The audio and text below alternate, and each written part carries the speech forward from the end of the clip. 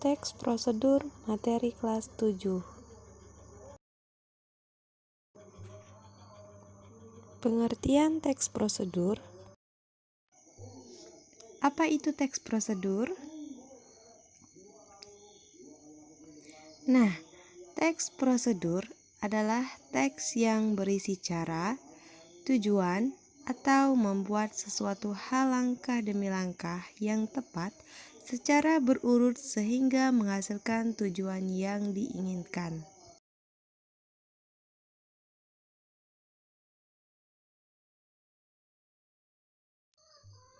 Tujuan teks prosedur ialah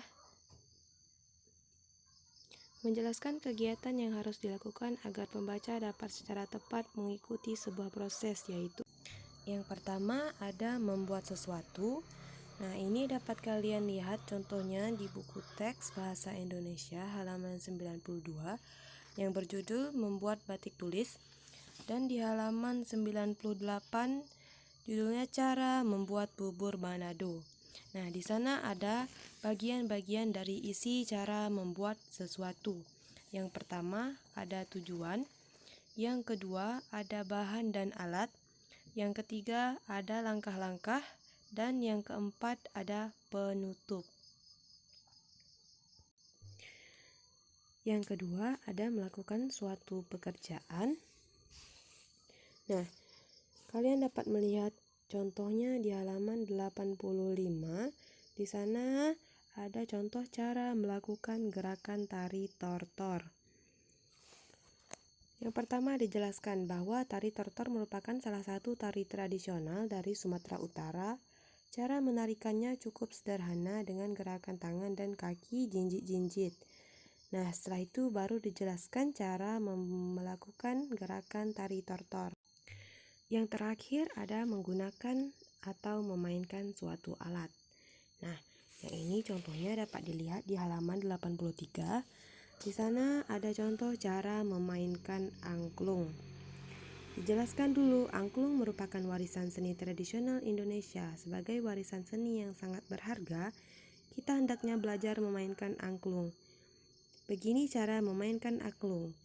Dijelaskan secara detail di sana untuk memainkan alat musik angklung. Ciri-ciri teks prosedur dari segi isi. Nah, ciri-ciri teks prosedur dari segi isi terbagi menjadi: yang pertama, ada panduan langkah-langkah yang harus dilakukan, yaitu langkah-langkah untuk membuat sesuatu, memainkan sesuatu, atau menggunakan sesuatu. Yang kedua, aturan atau batasan dalam hal bahan atau kegiatan dalam melakukan kegiatan. Nah, untuk bahan ini biasanya kita dapati pada contoh untuk melakukan sesuatu atau membuat sesuatu. Yang ketiga, ada isi kegiatan yang dilakukan secara urut. Nah, kalau tidak urut itu disebut dengan tips.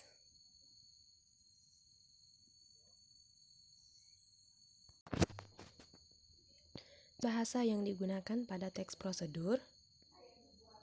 Ciri bahasa yang digunakan pada teks prosedur yang pertama yaitu ada kalimat perintah.